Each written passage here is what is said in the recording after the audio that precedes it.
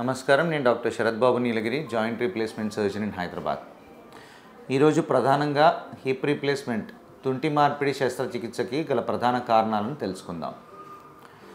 Hip replacement అంటే ఏంటంటే ఈ బాల్ అండ్ సాకెట్ జాయింట్ ఏదైతే ఉందో తుంటి జాయింట్ రకరకాల కారణాల వల్ల దీనిలో డ్యామేజ్ అవ్వడం వల్ల దాన్ని రీప్లేస్ చేస్తామన్నమాట.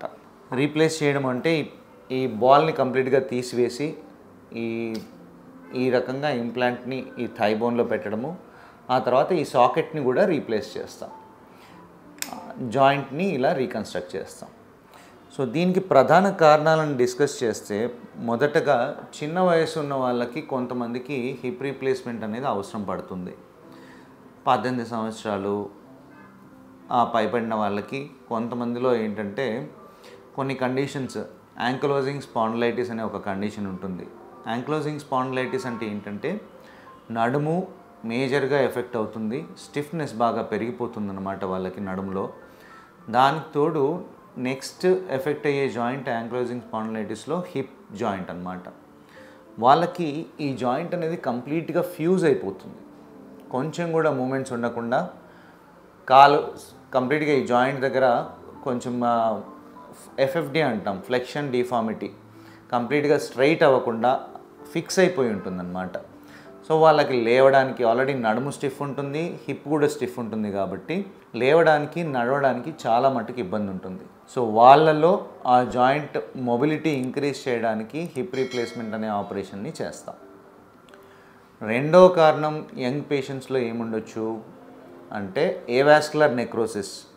ఇది ఏంటంటే తుంటి ఎముక ఈ బాల్ ఉన్న రక్త ప్రసరణ తగ్గిపోయి దానికి ఉన్న కొన్ని కారణాల వల్ల, ఎవరైతే ఎక్కువగా ఆల్కహాల్ కన్జంప్షన్ ఎక్కువగా ఉంటుందో, స్మోకర్స్లలో, నెక్స్ట్ థింగ్ కొంతమంది ఎక్కువగా కొన్ని కండిషన్స్లో స్టిరాయిడ్స్ వాడాల్సి ఉంటుంది. ఆ స్టిరాయిడ్స్ వాడిన వాళ్ళలో, ఎవరికైతే ఎప్పుడైనా యాక్సిడెంట్ అయ్యి బాల్ కొంచెం డ్యామేజ్ అవ్వడము లేకపోతే హిప్ డిస్లొకేషన్ అవ్వడము, వాళ్ళల్లో ఈ ఏవాస్కులర్ నెక్రోసిస్ అనేది ప్రధానంగా చూస్తాం. ఈ కోవిడ్ తర్వాత ఈ ఏవాస్కులర్ నెక్రోసిస్ అనేది చాలా డ్రాస్టిక్గా ఎక్కువైంది. కోవిడ్ ముందు ఒక 10% చూసేవాళ్ళం కేసెస్, ఇప్పుడు ఆల్మోస్ట్ 40-50% వరకు కోవిడ్ తర్వాత ఏవాస్కులర్ నెక్రోసిస్ అనేది చాలా ఇంక్రీజ్ అయింది. వాళ్ళలో ఈ బాల్ అయితే కంప్లీట్గా షేప్ అవుట్ అయినప్పుడు మూమెంట్లో చాలా ఇబ్బంది ఉండడం, నడకలో ఇబ్బంది ఉంటుంది కాబట్టి వాళ్ళకు కూడా హిప్ రీప్లేస్మెంట్ చేస్తాం. సో ఇలాగా యంగ్ ఏజ్లో అయితే ఇవి రెండు ప్రధాన కారణాలు హిప్ రీప్లేస్మెంట్ చేసుకోవడానికి. సో తర్వాత నెక్స్ట్ హిప్ రీప్లేస్మెంట్స్కి మెయిన్ ప్రధాన కారణం అంటే ఫ్రాక్చర్స్ అండి. ఎప్పుడైతే ఈ బాల్ కింద ఎముక విరిగినప్పుడు వయసును బట్టి ప్రధానంగా అంటే ఇప్పుడు 50 సంవత్సరాల లోపు వాళ్ళకైతే కనుక మ్యాక్సిమం ఈ ఎముక ఏదైతే విరిగిందో దాన్ని సేవ్ చేయడానికి ప్రయత్నిస్తాం, ఫిక్స్ చేయడానికి ప్రయత్నిస్తాం. కానీ ఈ బాల్ దగ్గర విరిగినప్పుడు రిస్క్ ఏముంటుంది అంటే, నేను ఇప్పటివరకు ఆల్రెడీ డిస్కస్ చేసిన రిస్కే అది. ఏవాస్కులర్ నెక్రోసిస్ ఎప్పుడైతే ఫ్రాక్చర్ అయిందో అక్కడ బ్లడ్ సప్లై తగ్గిపోవడం వల్ల ఫిక్సేషన్ చేసినా కానీ ఫ్యూచర్లో ఎప్పుడైనా కానీ ఈ బాల్ షేప్ అవుట్ అయిపోయి హిప్ రీప్లేస్మెంట్ చేసుకునే అవకాశం అనేది రావచ్చు. కానీ వయసు తక్కువ ఉన్న వాళ్ళలో 100% సేవ్ చేయగలిగిన ఆప్షన్ ఉన్నప్పుడు బాల్ని సేవ్ చేయడానికి ఫిక్సేషనే ఫస్ట్ చేస్తాం. ఇలా ఫ్రాక్చర్స్ ఒక వయసు పైబడిన వాళ్ళు, 55-60 సంవత్సరాల పైబడిన వాళ్ళు, ఇప్పుడు మొన్న రీసెంట్గా చూస్తే మన కేసీఆర్ చంద్రశేఖర్ రావు గారికి కూడా సిమిలర్ కైండ్ ఆఫ్ ఫ్రాక్చర్ అయింది. ఆ ఫ్రాక్చర్ అయినప్పుడు ఆయనకి హిప్ రీప్లేస్మెంట్ ఆపరేషన్ చేశారు.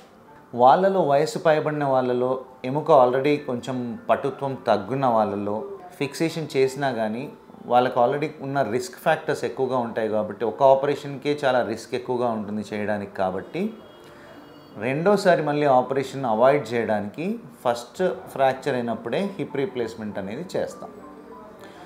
సో అది వయసుకు సంబంధించి కూడా ఫ్రాక్చర్స్ ఫిక్స్ చేయాలా లేకపోతే రీప్లేస్ చేయాలా అనేది ఆలోచించి చేస్తామన్నమాట. సో ఈ హిప్ రీప్లేస్మెంట్ వయసు పైబడిన వాళ్ళలో నెక్ ఫ్రాక్చర్ అయినప్పుడు దాన్ని ఫిక్స్ చేస్తే వాళ్ళకి 6 వారాల నుండి 2 నెలల వరకు బెడ్ పైనే ఉండాల్సి వస్తుంది ఫిక్స్ చేసినప్పుడు. అండ్ వాళ్ళు నడవడానికి ఒక 3 నెలలు సమయం పడుతుందన్నమాట. ఆల్రెడీ ఎక్కువగా ఇబ్బందులు ఉండి, రిస్క్ ఫ్యాక్టర్స్ ఉండి, డయాబెటీస్, హార్ట్ ప్రాబ్లమ్స్ ఇవన్నీ ఉన్నప్పుడు మొబిలిటీ ఎక్కువగా లేకుండా ఉంటే వెనకాల బెడ్ సోర్స్ పడడము, పుండ్లు పడి ఇన్ఫెక్షన్స్ రావడం, ఇవన్నీ ఎక్కువగా కాంప్లికేషన్స్ పెరుగుతూ ఉంటాయి. అదే హిప్ రీప్లేస్మెంట్ చేసామనుకోండి, నెక్స్ట్ రోజు నుండే మొత్తం బరువు పెట్టి నడవగలుగుతారు. నొప్పి అనేది మెల్లిమెల్లిగా ఒక వారం లోపల డ్రాస్టికల్గా 90% నొప్పి తగ్గి నార్మల్ యాక్టివిటీస్ అన్నీ చేసుకోవడానికి వాళ్ళకి అవకాశం ఉంటుంది. సో తుంటి మార్పిడి అనేది రకరకాల కండిషన్స్ని బట్టి అడ్వైస్ చేస్తూ ఉంటాము. సో ఈ ఫ్రాక్చర్స్ అనుకోండి, దానికి వేరే ఆప్షనే లేదు. సో నెక్స్ట్ ప్రధానంగా పేషెంట్స్ ఎప్పుడు తుంటి నొప్పి వచ్చినా కానీ నెగ్లెక్ట్ చేయకుండా, నేను ఆల్రెడీ డిస్కస్ చేశాను, కోవిడ్ తర్వాత చాలా డ్రాస్టిక్గా ఇంక్రీజ్ అయింది ఏవాస్కులర్ నెక్రోసిస్ అనేది. సో ఫస్ట్ ఎవాల్యుయేట్ చేసుకుంటే కోర్ డీకంప్రెషన్ అనేది ఒక చిన్న ఆపరేషన్తో హిప్ రీప్లేస్మెంట్ని డిలే చేయడానికి మనకు అవకాశం ఉంటుంది. డిలే చేయడం అంటే 1 సంవత్సరమా, 2 సంవత్సరాల, 5 సంవత్సరాల ఇలాగా, అంటే యంగ్ ఏజ్లోనే హిప్ రీప్లేస్మెంట్ చేసుకోకుండా కొంచెం ఈ కోర్ డీకంప్రెషన్ వల్ల మనం టైం గ్యాప్ ఇవ్వచ్చు. సో అది ఎర్లీగా డిటెక్ట్ చేసుకుంటే కనుక ఈ అవకాశం ఉంటుంది. లేదు బాల్ మొత్తం షేప్ అవుట్ అయ్యే వరకు చూసారనుకోండి, హిప్ రీప్లేస్మెంట్ తుంటి మార్పిడే ఇంకా ఆప్షన్ ఉంటుంది. సో హిప్ రీప్లేస్మెంట్ అనేది ఇప్పుడు సర్వసాధారణంగా అందరికీ చేసే ఆపరేషనే. మన కేసీఆర్ గారిని చూసిన తర్వాత అందరికీ అవేర్నెస్ వచ్చింది. అంటే వెంటనే నడిపిస్తారా డాక్టర్లు ఈ ఆపరేషన్ తర్వాత అనేది అందరికీ చాలామంది నన్ను క్వశ్చన్స్ అడిగారు. ఇది చాలా రోజుల నుండి అందరూ చేస్తున్న ఆపరేషనే అండి. ఇదేం కొత్తగా వచ్చిన ఆపరేషన్ కూడా కాదు. చాలా అద్భుతమైన రిజల్ట్ ఉంటుంది. మీరు చూసినట్టు, ఇప్పుడు కేసీఆర్ గారిని చూసినట్టు వెంటనే నడవడము, బరువు పెట్టి నడవడము, నొప్పి ఎక్కువగా ఉండకపోవడము, ఒక 3 వారాల లోపల అన్ని యాక్టివిటీస్ చేసుకునేలాగా అవకాశం ఉండే ఆపరేషన్ ఇది. సో అదేం పెద్దగా ఇప్పుడు రీసెంట్గా వచ్చిన టెక్నాలజీ కూడా కాదు.